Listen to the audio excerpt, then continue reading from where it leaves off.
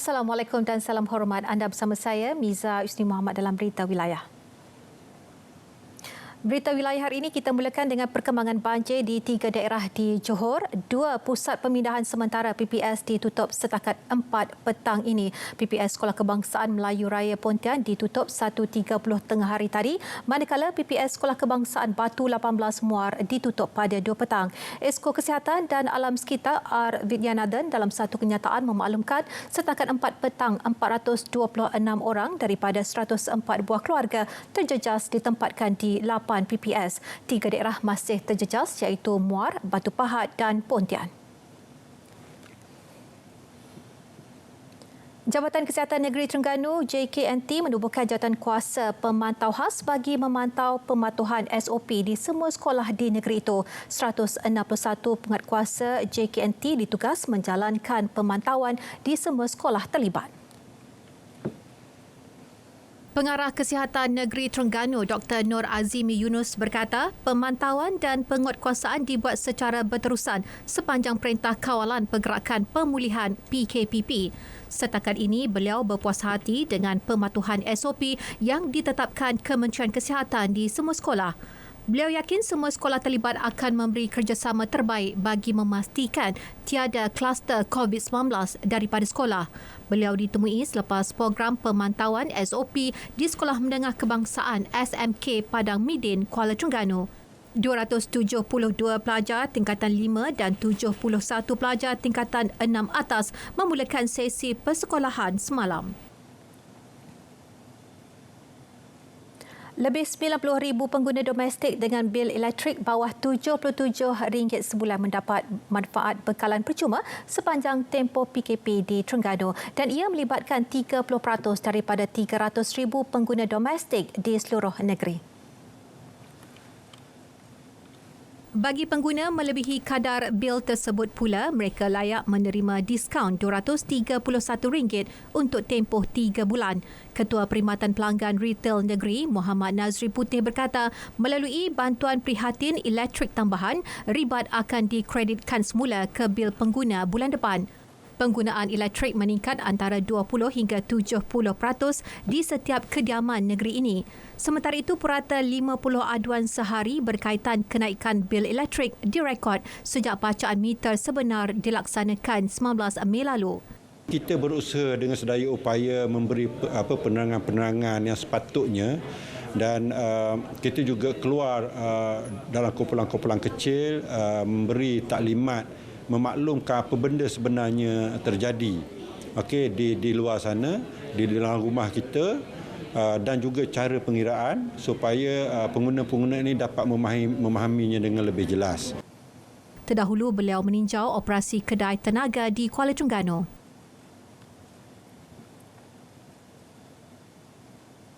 Keberkesanan kerajaan dalam mengawal impak COVID-19 dengan melaksanakan bantuan prihatin dan penjana kepada usahawan mikro amat bermakna kepada golongan itu. Keputusan membenarkan hampir semua sektor ekonomi dibuka semula mendapat pujian pelbagai pihak. Usahawan yang ditemui RTM menzahirkan penghargaan atas bantuan yang diberi kerana memberi peluang kepada mereka meneruskan kelangsungan perniagaan. Pertama sekali, saya nak ucapkan terima kasih kepada kerajaan sepanjang PKP ini 3 bulan kebanyakan semua sektor tak buka.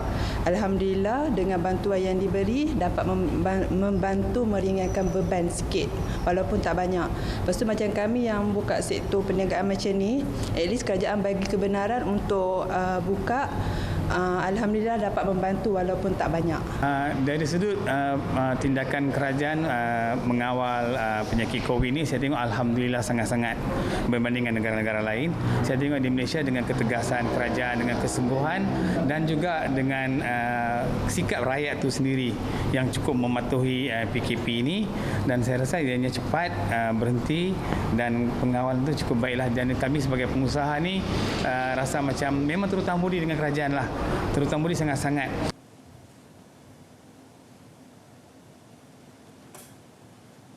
54 projek penambahbaikan dirangka menerusi draft rancangan kawasan khas Tanjung Bidara Pengkalan Balak Masjid Tanah Melaka. Projek yang dijangka mengambil masa 15 tahun itu disiapkan itu bakal bermula pada Januari 21. Setiausaha Majlis Perbandaran Alor Gajah MPAG Zainul Adnan Muhammad Said berkata ia bertujuan memastikan ekosistem di kawasan berkenaan terpelihara. Untuk itu, satu kajian khusus dilaksanakan MPAG bersama Plan Malaysia melibatkan kawasan pesisiran pantai seluas 525.62 hektar. Rancangan khas ini adalah bertujuan untuk melihat semula dan merancang pembangunan mengambil kira isu-isu yang ada dalam kawasan kajian tersebut. So dengan adanya perancangan yang telah dinyatakan di dalam rancangan khas tersebut, kita beri ruang kepada orang awam, pihak penting untuk memberi pandangan cadangan untuk menambah baik rancangan ataupun perancangan pembangunan yang akan kita buat dalam kawasan ini. Beliau ditemui selepas pembentangan draft berkenaan di Padang Kemunting Melaka. Antara projek yang dirangka untuk dilaksana menerusi draft itu termasuk Kampung Mesra Penyu, penambakan pantai dari Tanjung Bidara ke Pantai Pengkalan Balak dan menambah baik sistem perparitan kawasan berkenaan. Pelbagai kekosongan jawatan sejurus pelabuhan antarabangsa Kuala Linggi Klip disiapkan sekaligus dapat mengatasi masalah pengangguran dan seiring itu golongan muda di Melaka diseru mempersiapkan diri dengan kemahiran berkaitan perkhidmatan industri perkapalan untuk mengisi peluang pekerjaan yang ditawarkan. Esko Perpaduan Hubungan Masyarakat, Tenaga Kerja dan Hal Ehwal Pengguna, Dato' Ismail Othman berkata, anak muda tempatan diberi keutamaan mengisi kekosongan tersebut selain boleh mengurangkan kebergantungan terhadap buruh asing. Kenapa tidak anak-anak kampung, anak-anak dalam kawasan, anak-anak dalam parlimen, anak-anak negeri Melaka mengambil kesempatan apa yang ada keliling kita, apa yang ada perkembangan pembangunan yang ada di sekeliling kita supaya kita sama-sama. So we tailor ourselves to the needs of the surrounding. Kita membawa diri kita pada keperluan-keperluan yang boleh kita menjana kepada apa yang ada di keliling kita supaya kita dapat menambah baik kehidupan kita. Pelabuhan antarabangsa yang bakal dibina tidak lama lagi bakal menawarkan kira-kira 5,000 peluang kerja di kawasan terbabit.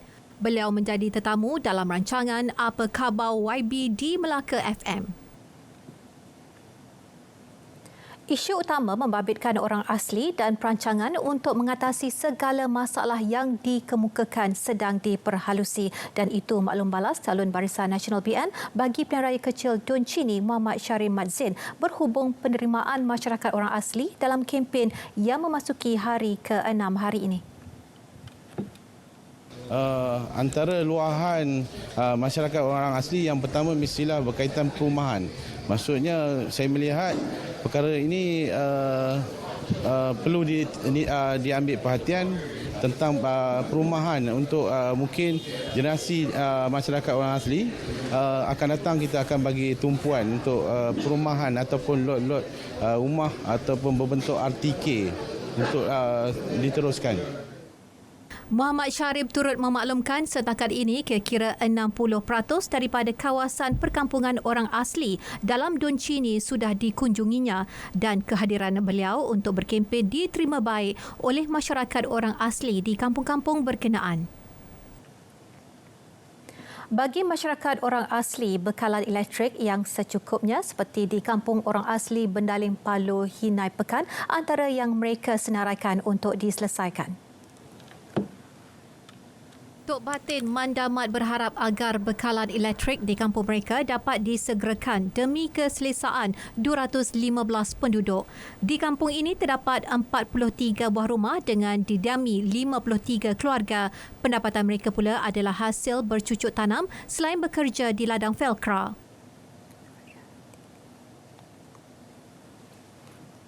Sekarang ini kebanyakan penduduk setiap mana rumah bergantung kepada biji kelapa sawit.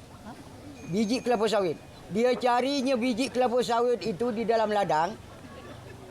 Dia bawa balik ke rumah, dia buat satu bekas, dia taruh dengan tanah, kemudian dia taruh dengan biji kelapa ni dan dia pasang api. Masyarakat orang asli di sini bertemu mata dengan calon BN Muhammad Syarim Mat Zain yang menghadiri program Ramah Mesra dan Ziarah Kasih. Muhammad Syarim berikrar tidak akan meminggirkan masyarakat orang asli, kampung tradisi dan tanah rancangan Felda dalam Dun Chini.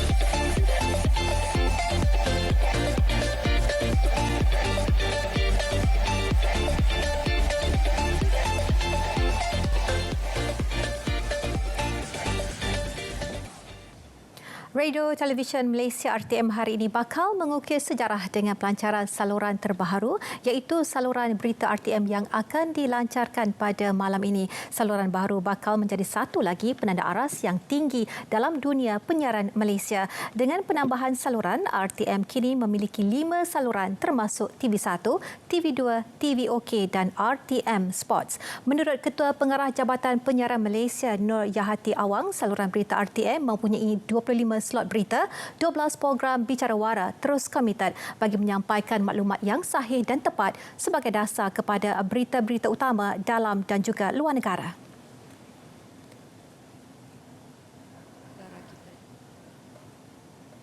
Dan berita RTM melalui saluran berita ini merupakan satu penanda aras yang tinggi dalam dunia penyiaran di Malaysia dan juga akan memastikan RTM sebagai perintis dan peneraju yang berwibawa dalam teknologi penyiaran digital. Sekaligus akan mampu menjadi jenama utama yang dibanggakan bagi meletakkan saluran berita RTM agar setanding dengan saluran berita antarabangsa yang lain. Dan saya percaya ini adalah sesuatu yang amat membanggakan bagi negara kita di Malaysia ini. Tambahnya, saluran berita RTM perlu diwujudkan sebagai platform lebih luas penyampaian informasi dan maklumat sejajar keperluan semua lapisan masyarakat. Saluran terbaru ini telah menjalani 2 tahun tempoh percubaan. Pewujudannya juga tepat pada masanya dalam situasi negara menghadapi krisis pandemik COVID-19 yang memerlukan penyaluran lebih banyak maklumat dari semasa ke semasa. Sebelum ini, semua berita RTM disiarkan di saluran TV1 dan TV2. Saluran berita RTM boleh diakses menerusi My Preview 123. Lintas langsung petang ini kita mulakan dengan mendapatkan perkembangan semasa dari Kedah. Jadi kita terus saja bersama Siti Zaidah Osman di studio berita RTM di Alustar. Silakan. Terima kasih rakan penyampai di Angkasa Puri. Tiada kenaikan harga perkhidmatan menggunting rambut dilaporkan di Kedah setelah pengusaha premis dibenarkan beroperasi 10 Jun lalu. Malah ada juga pengusaha yang tidak mengenakan cas tambahan ke atas perkhidmatan yang ditawarkan walaupun dibenarkan. Caj tambahan hanya untuk 2 item iaitu alas gunting rambut pakai buang atau apron dan set sarung tangan yang disyaratkan oleh Majlis Keselamatan Negara. Hasil pemantauan kami dapati ada di antara kedai-kedai yang masih mengenakan caj yang lama. Maksudnya upah yang lama, tiada caj tambahan. Namun ada juga setengah kedai upah masih lagi upah yang lama, tak ada caj tambahan di antara 2 hingga 3 ringgit sehingga 5 ringgit pun adalah, bergantung kepada kedudukan kedai. Dalam tempoh itu, 12 premis diperiksa dan 18 notis dikeluarkan mengikut Seksyen 21 Akta Kawalan Harga dan Anti Pencatutan. Notis dikeluarkan bagi mendapatkan keterangan lanjut mengenai bekalan. Beliau memaklumkannya kepada media selepas melakukan pemeriksaan di 2 premis menggunting rambut dan salon kecantikan di Pusat Beli Belah di Alustar. Hasil pemeriksaan, pengusaha didapati patuh prosedur operasi standard ditetapkan. Kita kena bagi macam disposal punya cutting cap, and then lagi satu disposal punya sendiri punya apron dengan satu pasang punya glove. Lagipun satu complete set punya mask kita bagi semua customer. Because after when dia gunting rambut macam dia punya mask tentu kena rambut banyak. So dia kena tukar satu baru punya. So kita prepare satu mask bagi dia siap-siap. Yang itu yang kita bagilah. So kita charge kita ada charge sama dia, tapi sebelum kita charge kita ada bagi customer tahu yang charge ini customer pun puas hati semua yang kita charge. Bagi menghargai jasa petugas barisan hadapan, beliau turut menawarkan perkhidmatan menggunting rambut secara percuma kepada mereka untuk tempoh 6 bulan. Berat mata memandang, berat lagi bahu yang memikul. Itulah nasib yang menimpa Ku Rusnawati Ku Bahadur, 41 tahun, yang terpaksa menjaga suaminya Nurliza Musa, 48 tahun, yang terlantar akibat kanser otak. Menetap bersama 3 orang anak yang masih bersekolah di Taman Bersatu Kuala Kedah, Ku Rusnawati hanya suri rumah sepenuh masa, perlu mengurus keperluan suami dan anak-anak. Nurlizam yang bertugas sebagai kerani di salah sebuah syarikat bas di Alostar mula mengalami masalah kesihatan pada Mei lalu. Lebih memilukan, awal Januari lalu penyakitnya bertambah teruk apabila hilang penglihatan dan tidak mampu berjalan. Masalah keluarga ini mendapat perhatian sebuah NGO, Komuniti Wanita Prihatin Taman Bersatu, yang aktif dalam membantu mereka yang memerlukan. Sekat mana yang kita boleh bantulah daripada masjid, Taman Bersatu, daripada pihak sekolah, daripada pihak saya sendiri, NGO, dan saya ambil prihatin kepada penduduk Taman Bersatu. Jadi apa setiap maklumat yang saya dapat ni memang saya akan proceed kepada semua agensi. Saya tak kira lah sama ada siapa-siapa pun lah yang boleh menghulurkan sumbangan.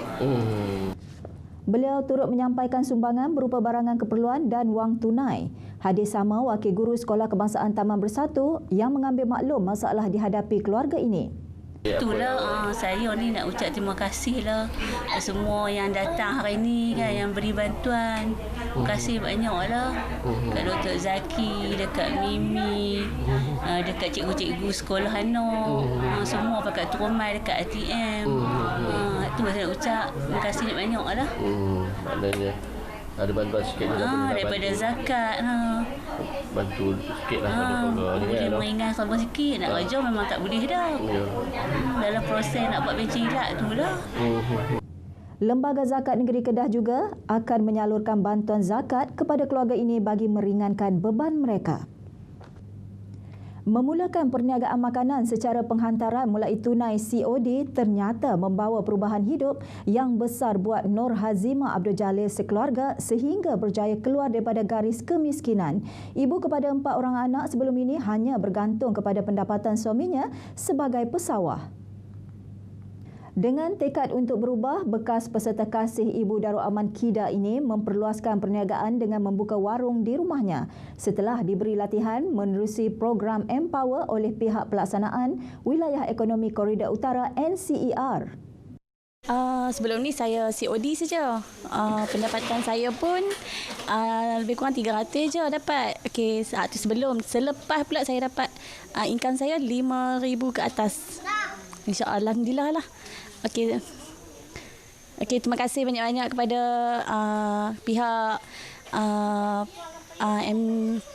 Empower, NCER, Yayasan Petronas dan juga PKSM.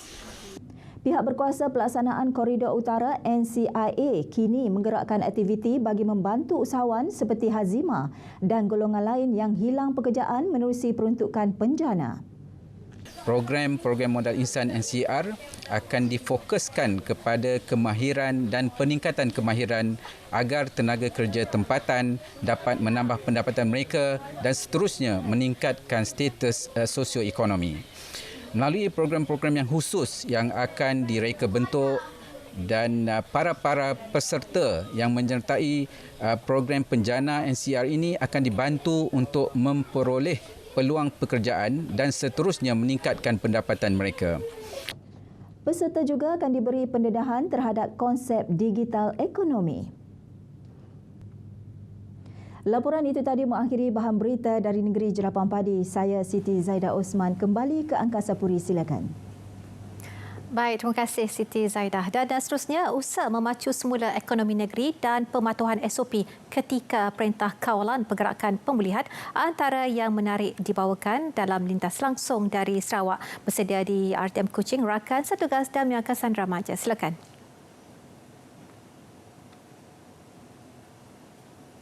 Baik, terima kasih Miza. Assalamualaikum dan salam hormat. Majlis Tindakan Ekonomi Sarawak SEAC beri tumpuan dalam 14 sektor ekonomi untuk memacu Sarawak menjadi sebuah negeri maju menjelang 2030. Ketua Menteri Datuk Patinggi Abang Johari Tun Opin berkata ke arah itu, Sarawak perlu berkembang pada kadar 8% setiap tahun untuk menggandakan saiz ekonomi daripada 133 bilion pada 2018 menjadi 282 bilion ringgit menjelang 2030. Datuk Patinggi Abang Johari menjelaskan pertanian komersial, pelumbungan, perhutanan, pembuatan dan perkhidmatan yang merangkumi pelancongan akan menjadi teras kepada pertumbuhan ini. Pada masa yang sama, katanya, ia berupaya mempercepatkan usaha dalam sektor pertanian dan pelumbungan moden dengan penggunaan teknologi revolusi industri keempat. Ketua Menteri berkata demikian selepas mempengerusikan mesyuarat SEAC pertama di Wisma Bapa Malaysia di Kuching hari ini. Turut hadir pada mesyuarat itu ialah barisan ahli utama, antaranya Tan Sri Abdul Wahid Omar, Datuk Seri Idris Jala, Profesor Dr. Fatimah Kari dan Profesor Madya Dr. Madeline Burma. Pematuhan prosedur operasi standard SOP mencegah COVID-19 di Pasar Malam Saberkas Miri berada pada tahap yang memuaskan. Menteri Pengangkutan Datuk Lee Kim Shin berkata hasil pemantauan para penjajah termasuk pelanggan dilihat mengamalkan amalan penjarakan fizikal. Datuk Lee Kim Shin yang juga Ahli Dewan Undangan Negeri Senadin menerusi kenyataan media memaklumkan para penjajah dan pelanggan mengamalkan pendaftaran masuk di laluan khas pasar malam, pemeriksaan suhu badan serta penggunaan pensanitasi tangan dalam proses urus niaga serta pembelian. Pemantauan tersebut juga disertai Datuk Bandar Majlis Bandaraya Miri Adam Yee Siu Sang serta pasukan penguatkuasa baru-baru ini. Sementara itu turut berlangsung ialah simbolik penyerahan 5,000 unit pelitup separuh muka kepada Persatuan Peniaga Bumi Putera Miri Sarawak serta Persatuan Penjajah Pasar Malam Saberkas. Ibu bapa yang akan menghantar anak-anak ke Taman Asuhan Kanak-kanak Taska dan Taman Bimbingan Kanak-kanak Tabika dinasihatkan supaya memeriksa tahap keselamatan institusi pendidikan awal terlibat. Menurut Menteri Muda Wanita, Keluarga dan Pembangunan Kanak-kanak Rozi Yunus, langkah ini bagi memastikan SOP dipatuhi sekaligus memberi keyakinan kepada ibu bapa untuk menghantar anak-anak mereka. Sebab bila mereka sendiri melihat, mungkin daripada situ akan timbul keyakinan untuk menghantar anak-anak ke tempat yang mematuhi SOP. Sebab itulah kita sebenarnya di peringkat pertama, kita mahu sesebuah institusi pendidikan awal kanak-kanak itu didaftar. Didaftar dengan kementerian, dengan jabatan, kalau Taska dengan jabatan kebajikan, kalau Tadika dengan jabatan pendidikan. Rozi ditemui pemberita di Miri selepas melakukan tinjauan persediaan pembukaan Tadika Bandar Peranginan dan Taska Sedidik Perdana Miri. Kerajaan membenarkan Tadika beroperasi semula pada 1 Julai depan manakala Taman Asuhan Kanak-kanak telah beroperasi pada 9 Jun lalu. Operasi memerangi rabies di Sibu akan bermula bulan Julai hingga September depan menerusi program suntikan vaksin anti-rabies percuma di 12 lokasi. Sehubungan itu, Menteri Muda Pendidikan, Sains dan Penyelidikan Teknologi yang juga adu nangka Dr. Anwar Rapai menyeru agar penduduk memberi kerjasama sepenuhnya bagi mencayakan program itu. So this program can only be successful if the public bring the dogs to the site where has been chosen where the vaccination can be given. So 12 areas. Menurut beliau, sebanyak 10 kawasan di Sibu telah dikenal pasti sebagai kawasan positif rabies. Antaranya Lorong Tunku Abdul Rahman, Lorong Permai Timur 10 dan Rumah Lucy Batu 11 Jalan Oya. Beliau berkata demikian ketika sidang media selepas mempengerusikan mesyuarat program suntikan vaksin anti-rabies di pejabat residen Sibu. Tambahnya, orang ramai juga boleh menghubungi talian kecemasan Majlis Perbandaran Sibu dan Majlis Daerah Luar Bandar Sibu sekiranya terdapat anjing liar di kawasan mereka ataupun berhubung dengan pejabat veteriner bahagian Sibu untuk pertanyaan mengenai pemvaksinan anjing secara percuma. Akhir sekali kita ke perkembangan status COVID-19 di Sarawak. Tiada kes positif COVID-19 baru dilaporkan dan hari ini terdapat 2 kes sembuh dan discharge dari Hospital Umum Sarawak. Jawatankuasa Pengurusan Bencana Negeri JPBN dalam satu pernyataan memaklumkan kes positif kekal 570 setakat ini. Keseluruhan kes positif COVID-19 yang telah sembuh dan discharge ialah seramai 537 orang. Sementara itu, sebanyak 31 pesakit dalam siasatan PUI dilaporkan dan 3 kes masih menunggu ujian makmal. Kenyataan itu juga memaklumkan sehingga kini sebanyak 2,049 premis telah dipantau, antaranya pasaraya, restoran, kilang, tempat ibadat, tempat riadah dan tapak pembinaan.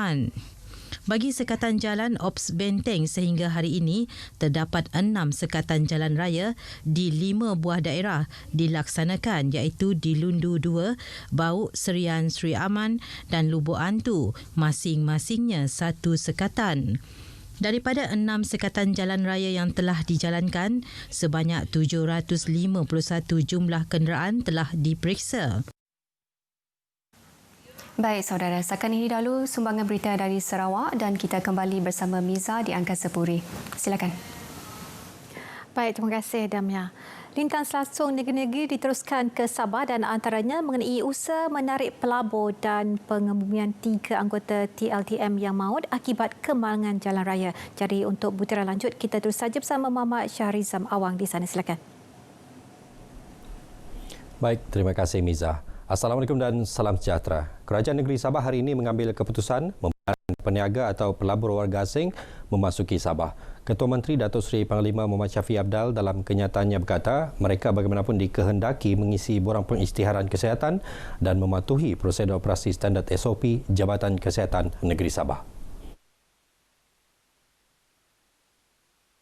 Kebenaran memasuki Sabah ini juga adalah tertakluk kepada peraturan-peraturan Jabatan Imigresen dan pihak berwajib.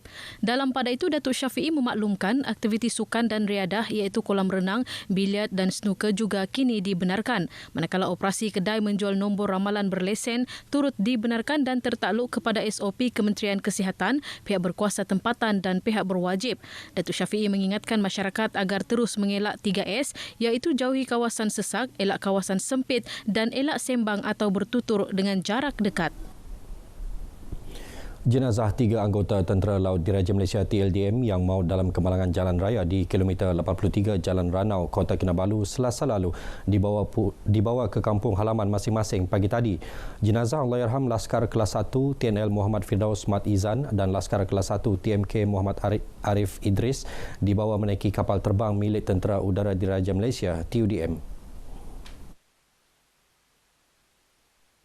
Kapal terbang membawa 2 jenazah berkenaan berlepas 9.45 pagi dari Terminal 2 Lapangan Terbang Kota Kinabalu ke Johor untuk membawa arwah Muhammad Firdaus 26 tahun dan kemudian ke Melaka untuk membawa jenazah arwah Muhammad Arif 26 tahun. Jenazah telah dimandi dan dikafankan selepas bedah siasat selesai pukul 2 petang di Jabatan Forensik Hospital Queen Elizabeth semalam. Terdahulu, jenazah Laskar Kanan PAP Maslim Abdul Rahim, 35 tahun, telah dibawa menaiki helikopter TUDM pukul 8.05 pagi ke Semporna dan dikebumi di tanah persendirian keluarga di Kampung Bugaya Jalan Rancangan, Semporna. Pada Selasa lepas, 3 anggota TLDM dari Markas Wilayah Laut Mawila 2 Pangkalan TLDM Sandakan maut dalam kemalangan kira-kira 1.03 petang. Manakala seorang lagi yang cedera, Vincent M. Orel, 24 tahun dari Sarawak, kini menerima rawatan di Hospital Angkatan Tentera Wilayah Kota Kinabalu, Sepanggar. Kesemua anggota berkenaan dalam perjalanan ke pangkalan TLDM Kota Kinabalu dari pangkalan TLDM Sandakan menjalankan tugas rasmi. Pengusaha sektor pertanian perlu merebut peluang yang ditawarkan kerajaan di bawah skim pembiayaan mikrokredit Belanjana Semula Ekonomi Negara Penjana. Ini kerana skim berkenaan diperkenal bagi membantu pihak berkenaan mendapatkan semula modal pusingan untuk memulakan kembali perniagaan yang terjejas akibat Perintah Kawalan Pergerakan PKP sejak Mac lalu. Menurut Ketua Pusat Pengajian Universiti Teknologi Mara UiTM Cawangan Sabah, Dr. Henry Joseph, pembiayaan maksimum sebanyak RM50,000 dengan kadar faedah 3.5% serta tempoh bayaran balik sehingga 5 tahun yang ditawarkan tepat pada masanya kerana ia mampu memberi keyakinan kepada usahawan tani untuk bangkit semula. Beliau bagaimanapun berkata, selain memanfaatkan skim tersebut, usahawan tani juga perlu memikirkan strategi baharu untuk memulihkan perniagaan masing-masing. Usahawan tani perlu mengambil iktibar terhadap apa yang berlaku pada semasa pandemik COVID-19 berlaku. Ya, yang mana mereka perlu memikirkan semula strategi keusahawanan tani mereka. Beliau berkata demikian kepada RTM ketika ditemui di UiTM Cawangan Sabah sebagai mengulas manfaat inisiatif yang ditawarkan Penjana kepada usahawan tani. Tambahnya, usahawan tani juga perlu meningkatkan inovasi terutama untuk mengurangkan kos input pertanian seperti baja dengan menceburkan diri dalam bidang aquaponik yang lebih menjimatkan. Universiti Malaysia Sabah UMS terus aktif memain peranan membantu memutuskan rantaian wabak COVID-19. Terbaru, universiti berkenaan menyumbang cecair pembasmi kuman buatan UMS tersendiri kepada 21 sekolah dan 8 agensi kerajaan dan bukan kerajaan NGO di negeri ini. Naib Chancellor UMS, Profesor Dato Dr. Taufik Yap Yun Yin berkata, sejumlah 268.3 liter cecair pembasmi kuman diagihkan yang dihasilkan Fakulti Sains dan Sumber Alam UMS yang diketuai Profesor Dr. Hau Sio Eng bagi meringankan beban golongan B40 dan barisan hadapan. Tujuan kita projek ini ialah untuk menggunakan kepakaran yang ada di dalam UMS ini sebab kita ada kepakaran itu sendiri dan kita menyediakan sanitizer ini untuk diedarkan kepada frontliner B40 dan juga sekolah-sekolah yang terdapat di sekitar di Sabah ini. Profesor Dato Dr. Taufik ditemui RTM selepas menyempurnakan penyerahan sumbangan di UMS Kota Kinabalu. Ini merupakan penyerahan sumbangan kali kedua UMS kepada agensi kerajaan dan NGO selepas kali pertama diadakan 5 Jun lepas. Baik, sekian berita dari Sabah untuk petang ini. Budayakan normal baharu, jaga diri, patuhi arahan pihak berkuasa. Ikuti lebih banyak berita bersama rakan penyampai di Angkasa Puri. Miza, silakan. Baik, terima kasih Syariza. Satu inovasi diperkenalkan dalam pelaksanaan ibadah Korban Aidil Adha tahun ini dan sesuai dengan situasi normal baharu, penggunaan teknologi penting bagi mempercepat proses penyembelihan. Jadi kita terus saja bersama Azizul Aziz di Kompleks Islam Putrajaya. Jadi teruskan Zul. Terima kasih Miza di Angkasa Puri. Assalamualaikum dan salam sejahtera. Sangkar sembelihan mudah alih merupakan inovasi baharu bagi mempermudah proses penyembelihan bagi mematuhi prosedur operasi standard SOP dalam tempoh PKPP ini. Wartawan Fazrin Zahardin melaporkan.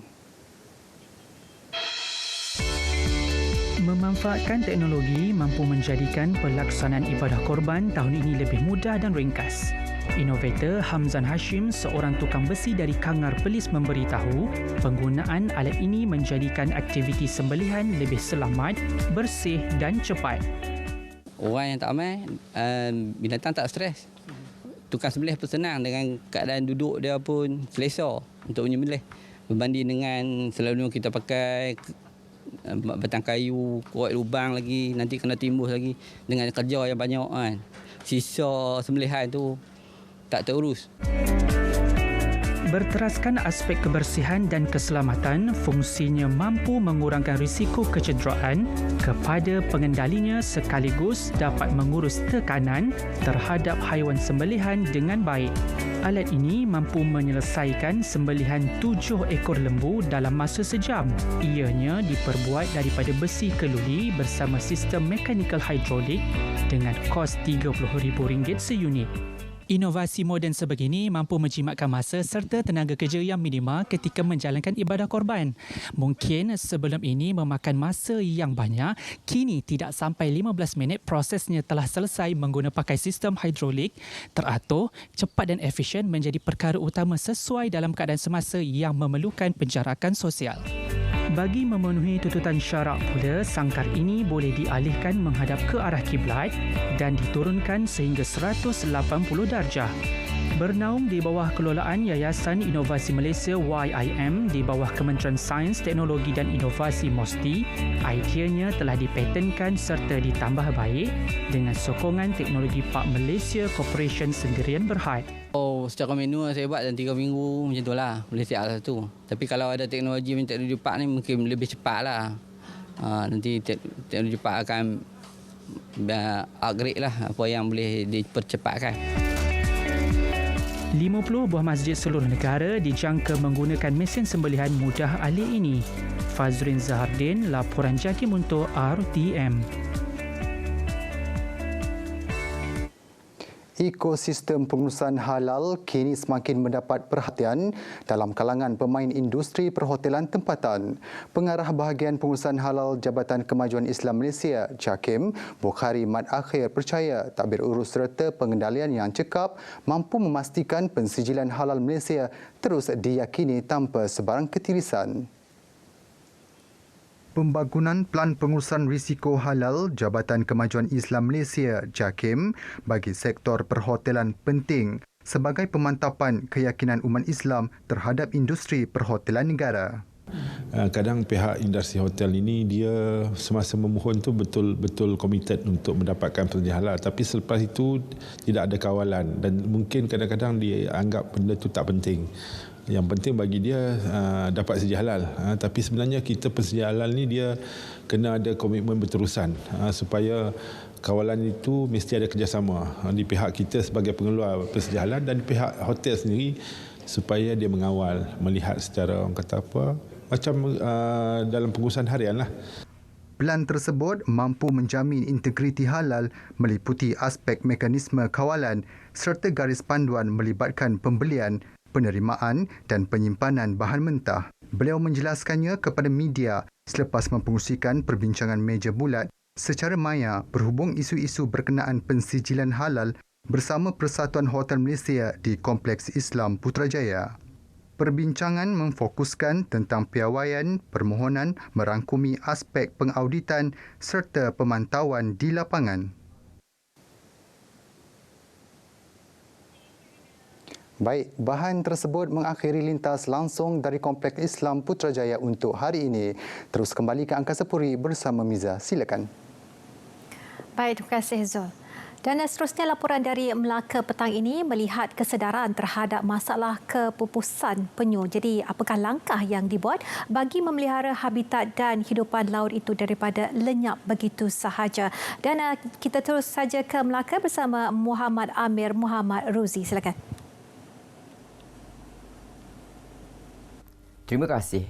Melihat kepada kepentingan memastikan hidupan laut berkenaan terus dapat ditatap oleh generasi akan datang, Melaka menerusi Jabatan Perikanan berusaha melakukan pemeliharaan habitat hidupan laut itu secara lebih terancang. Selain Terengganu, negeri ini dikenal pasti antara lokasi pendaratan penyu tertinggi di negara ini. Laporan wartawan Nurul Ashikin Abdul Halim. Okey, saya sangat bertuah hari ini dapat melihat sendiri proses penetasan penyu di tapak penetasan penyu Padang Kemunting, yang mana di tapak ini terdapat kira-kira 200 sarang, yang mana setiap sarang mempunyai kira-kira 100 biji telur, dan penyu yang sedang menetas ketika ini merupakan spesies penyu karah. Penyu karah, spesies penyu yang popular di negeri ini. Menurut Pengarah Perikanan Melaka, Muhammad Fauzi Salihun, bagi memastikan kelangsungan populasi penyu ini, pihaknya memohon kerajaan negeri untuk mewartakan kawasan konservasi penyu. Bagi Jabatan Perikanan Melaka, kita telah memohon kepada Kerajaan Negeri Melaka untuk mewartakan kawasan komersial penyu ni, di mana kawasan komersial penyu ni kita nak pastikan tidak dibuat pembangunan supaya penyu-penyu yang mendarat di sini akan terus mendarat dan bertelur di sini dan kita dapat melindungi spesies penyu karah ni. Jabatan Perikanan turut melantik pengutip telur penyu dan ranger dalam kalangan penduduk setempat untuk memastikan telur penyu tidak dicuri. Ia disimpan di tapak penetasan yang dihaskan.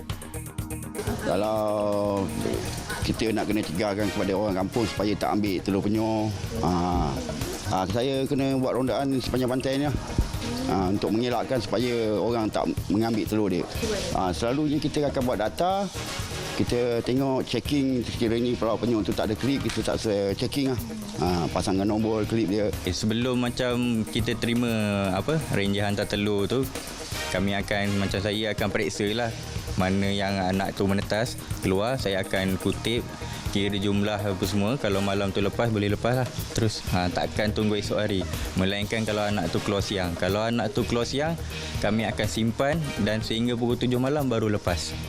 Sepanjang tahun lalu, sebanyak 548 ekor penyu direkodkan mendarat di perairan negeri ini.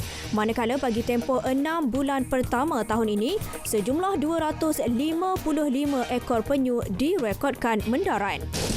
Baik, sekarang kita dalam proses untuk melepaskan anak-anak penyu yang sudah menetas tadi ke laut. Jadi kepada anda, sama-sama jaga kebersihan pantai dan sama-sama kita selamatkan populasi penyu untuk generasi akan datang. Nurul Ashikin Abdul Halim untuk saluran Berita RTM.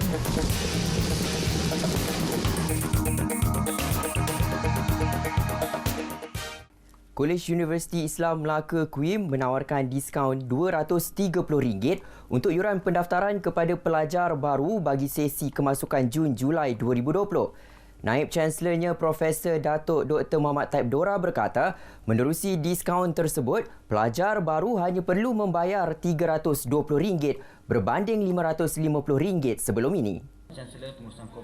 Yang mana ini bagi mengurangkan atau meringankan bebanan pendaftaran, terutama sekali sebab kita buat secara atas talian. Yang kedua, bagi pelajar-pelajar anak Melaka, mereka akan diberikan allowance RM1,000 daripada Kerajaan Negeri Melaka, yang mana setiap pelajar Melaka ini akan diberikan allowance tersebut apabila mereka mendaftar di KUIM lah. Kemasukan pelajar baru kali ini juga dilaksana secara dalam talian selaras SOP sepanjang Perintah Kawalan Pergerakan. Setakat ini perkembangan dari Melaka. Jangan lupa amalkan norma baharu sepanjang tempoh PKPP ini untuk kita sama-sama putuskan rantaian COVID-19. Kembali ke Angkasa Puri. Baik, terima kasih. Dan seterusnya bagi makluman cuaca semasa, kita bersama Pegawai Jabatan Meteorologi Syazwani Yahya. Silakan. Assalamualaikum dan salam sejahtera. Kita mulakan laporan cuaca pada petang ini dengan melihat paparan carta angin semasa. Dapat kita perhatikan pada ketika ini, rantau negara kini menerima pengaruh angin daripada arah barat daya dengan kelajuan yang sederhana kencang, iaitu sekitar 20 hingga 30 km sejam. Oleh itu, Jabatan Meteorologi Malaysia tidak mengeluarkan sebarang amaran angin kencang dan laup gelora buat masa ini. Untuk paparan yang lebih terperinci, kita terus kepada paparan imej gemar radar yang mana dapat kita perhatikan hujan beserta ribut petir kini sedang berlaku melibatkan negeri Johor, Pahang dan juga bahagian pedalaman negeri Kedah, Perak dan juga Kelantan. Dan kami menjangkakan keadaan cuaca yang agak lembap dan lebih lembap bagi kawasan-kawasan berkenaan menjelang awal malam nanti.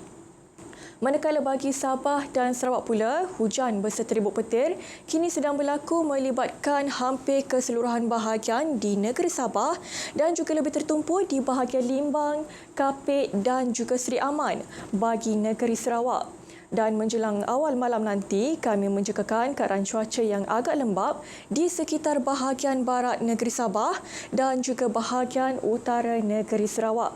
Baiklah, sekian sahaja laporan cuaca untuk petang ini. Dapatkan maklumat cuaca terkini dan sahih melalui aplikasi My Cuaca atau terus ke laman sesawang kami di www.met.gov.my. Saya Syazwani. Assalamualaikum.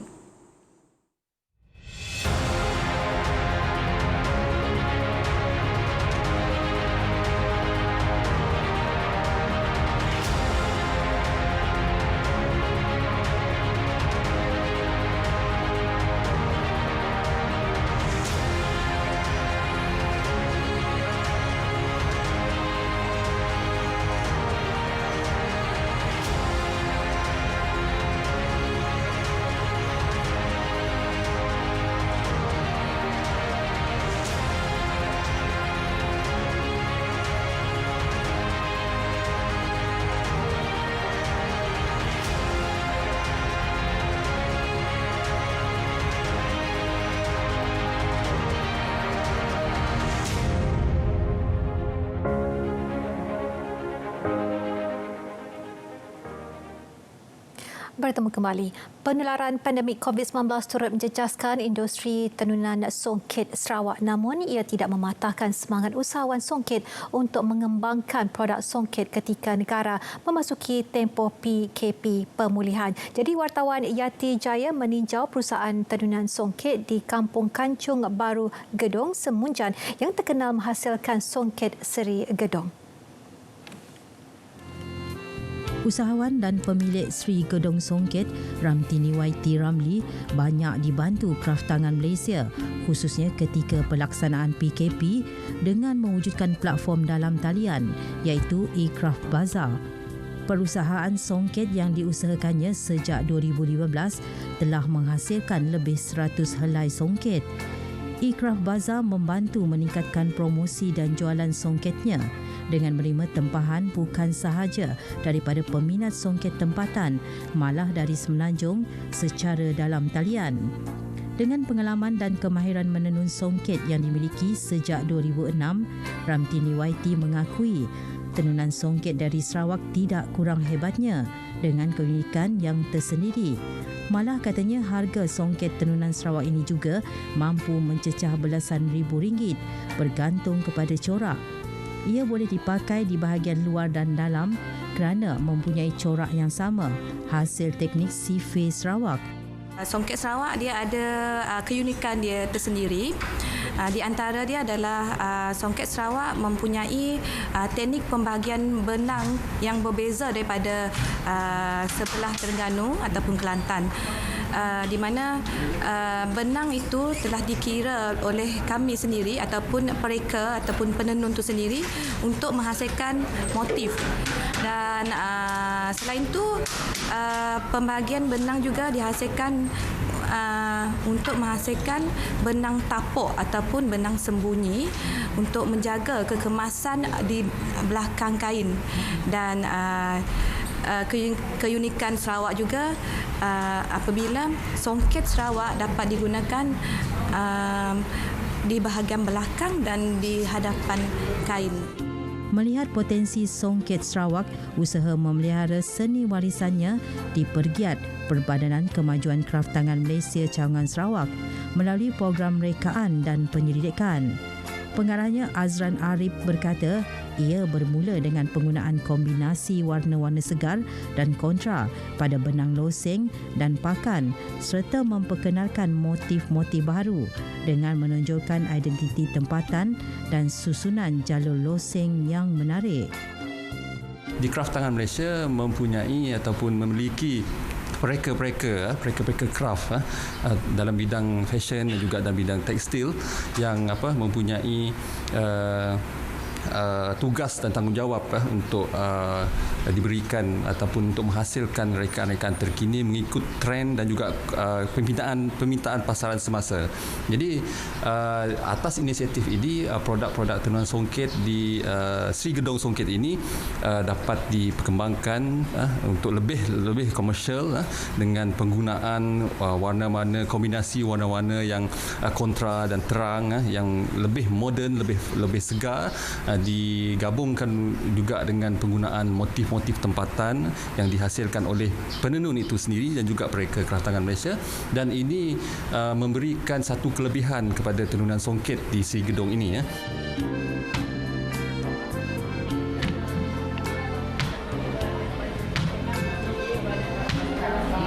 Seni menenun ini bukanlah satu kerja yang mudah untuk dilakukan. Ia memerlukan kemahiran tinggi selain daripada minat yang mendalam dalam menghasilkan songket yang cantik dan berkualiti tinggi. Oleh itu, warisan dan seni tenunan songket harus dipertahankan khususnya generasi muda hari ini agar ia tak lapuk dek hujan, tak lekang dek panas. Yati Jaya, RTM. 11 kenderaan e-hailing disita Jabatan Pengangkutan Jalan JPJ kerana menggunakan aplikasi e-hailing yang tidak berdaftar. Menurut pengarah JPJ Pulau Pinang, Adnan Mat Isa, kesemua pemandu kenderaan terbabit dipercayai menggunakan aplikasi sebuah syarikat yang beroperasi secara haram sejak beberapa bulan lalu tanpa mendapatkan lesen perniagaan pengantaraan daripada agensi pengangkutan awam darat APAD. Dan jelas Adnan, penahanan menerusi operasi khas yang bermula semalam itu melibatkan 30 pegawai dan anggota JPJ negeri.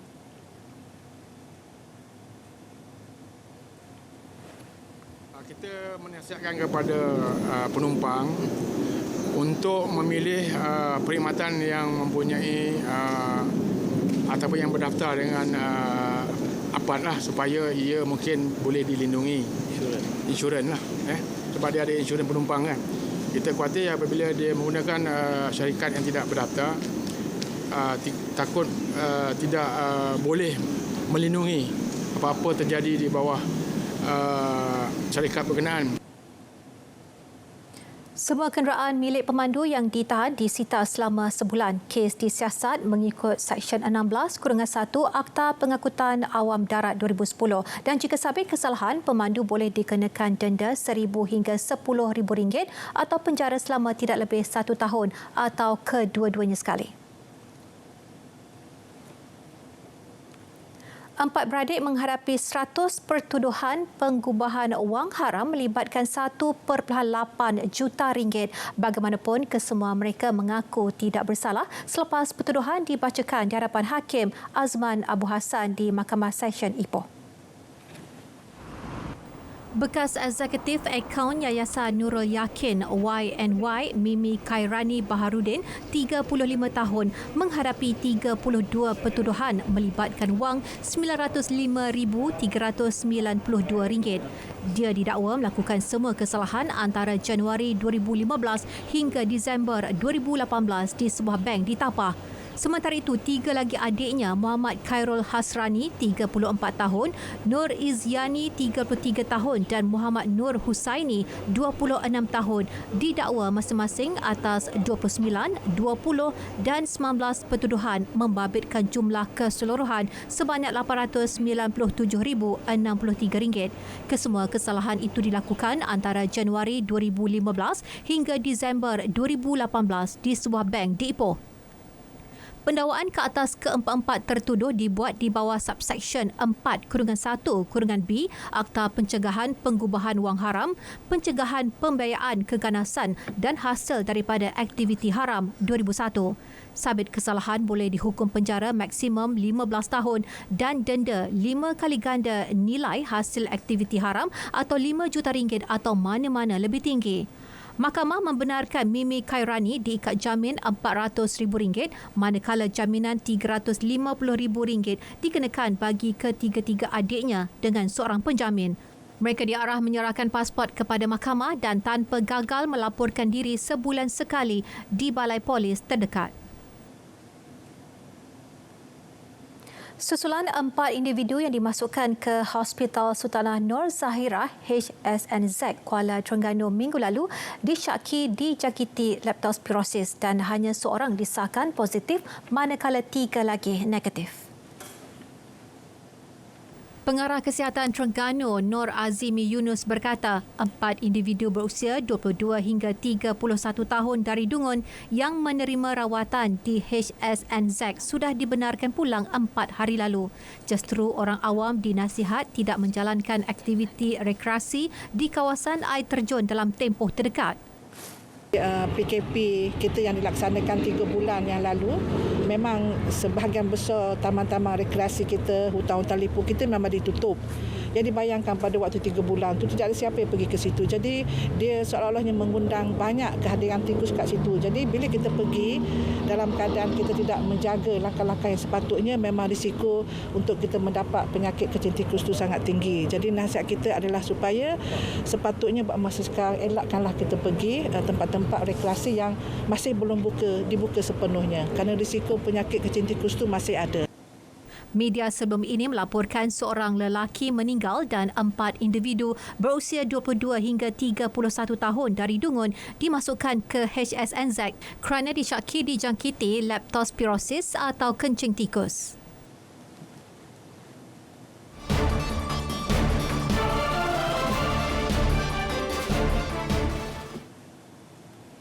Sedikit berita sukan. Projek sakit Sekolah Sukan Perlis bernilai RM140 juta yang terbengkalai sejak 8 tahun lalu akan diteruskan. Prosedur pemilihan kontraktor juga akan diberi keutamaan kepada kontraktor yang layak. Sekolah sukan berkenaan dijadualkan siap 56% mengikut jadual namun terbengkalai di peringkat awal pembinaan. Timbalan Menteri Pendidikan 2 Muslimin Yahaya berkata proses tender semula akan dilakukan secepat mungkin.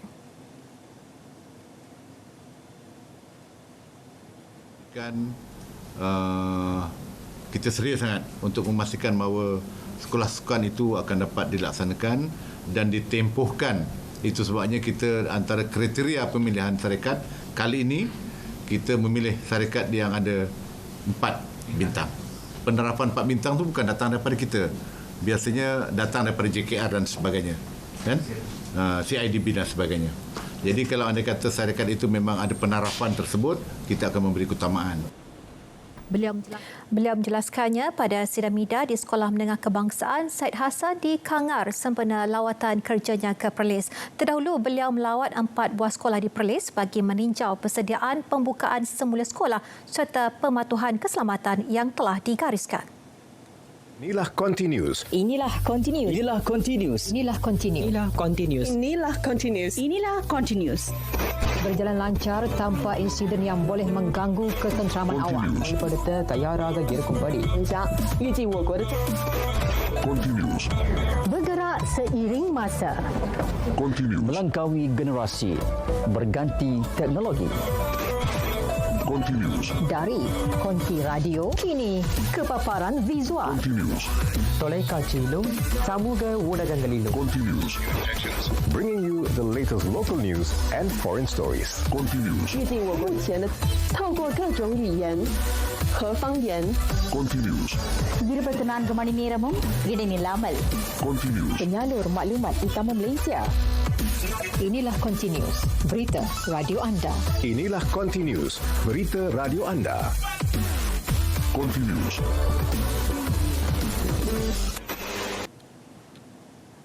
Baiklah saudara, paparan kami berakhir di sini. Berita wilayah akan tampil dengan wajah baharu mulai esok dengan pengisian lebih segar dan juga menarik. Dan bagi anda, jangan lupa untuk menonton siaran langsung pelancaran saluran berita RTM di saluran My Preview 123 dan TV1 selain di saluran Facebook berita RTM pukul 7.45 malam ini. Jadi dengan itu, Assalamualaikum dan salam hormat.